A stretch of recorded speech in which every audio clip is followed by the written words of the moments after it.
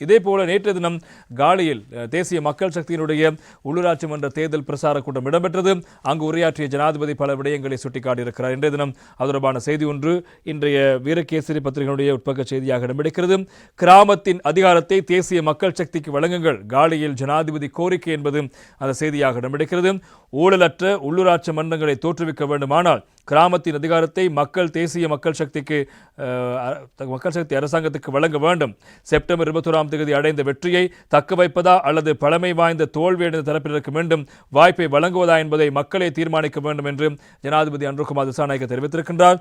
தேசிய மக்கள் சக்தியின் வெற்றி நமதே, ஊர் எமதே வெற்றிகரமான மக்கள் பேரணி தொடர் நேற்று காலி பகுதியில் ஜனாதிபதி அன்ருகுமார் திசாநாயக்க தலைமையில் இடம்பெற்றது.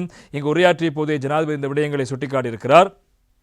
பழமை வாய்ந்த தோல்வியடைந்த அரசியல் கலாச்சாரத்தை நாட்டு மக்கள் கடந்த பிரதான 2 தேர்தல்களின் போதும் மாற்றியமைத்தார்கள்.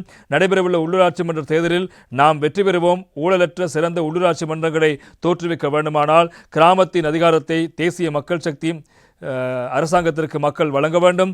பதவிக்கு வந்து குறுகிய காலப்பகுதிக்குள் நாட்டில் பாரிய மாற்றத்தை ஏற்படுத்தியுள்ளோம். அரச கட்டமைப்பை வினைத்திறனாக மாற்றியிருக்கின்றோம். அதேபோன்று நாட்டில் சட்டத்தின் ஆட்சியை உறுதிப்படுத்த வேண்டும். அவ்வாறு நாட்டை கட்டியெழுப்பியுள்ளோம். கட்டம் கட்டமாக நாம் அதனை செய்து வருகின்றோம். இதற்கு முன்னர் மக்களுக்கு ஒரு சட்டமும் அதிகாரத்தில் உள்ளவர்களுக்கு ஒரு சட்டமுமே காணப்பட்டது. இதனை நாம் மாற்றியமைத்திருக்கின்றோம். முன்னாள் அமைச்சர்கள் 3 சிறையில் இருக்கிறார்கள். போலீஸ் மாதிபரும் சிறையில் இருக்கிறார். கடந்த காலங்களில் ஊழல் மோசடி ஈடுபட்டவர்களே தற்போது அச்சமடைந்து ஊடகங்களில் அழுது புலம்பிக் கொண்டிருக்கிறார்கள். இதனை இரவு 7 மணி செய்திகளில் பார்க்கலாம். நாம் அரசியல் பழிவாங்கல்களை மேற்கொள்ளவில்லை. சுயாதீனமாக ஆணைக்குழுக்கள் எவ்விதமான அரசியல் தலையீடுகளும் மற்றும் அழுத்தங்கள் எதுவுமின்றி செயற்படுகின்றன.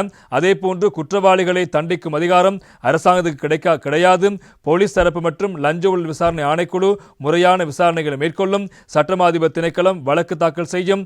எனவே நீதிமன்றம் விசாரணைகளை மேற்கொண்டு தண்டனை பெற்றுக் கொடுக்கும். இவை அனைத்தும் உரிய முறையில் நடைபெறுகின்றனவா என்பதை நாம் அவதானிப்போம். செப்டம்பர் மாதம் 21ஆம் தேதி அடைந்த வெற்றியை முன்னோக்கி கொண்டு செல்வதா அல்லது அந்த புதிய பயணத்தின் பாதையை மாற்றி பழையான தோல்வியடைந்த அரசியல் அணிகளுக்கு மீண்டும் வாய்ப்பு வழங்குவதா என்பதை மக்கள் தீர்மானிக்க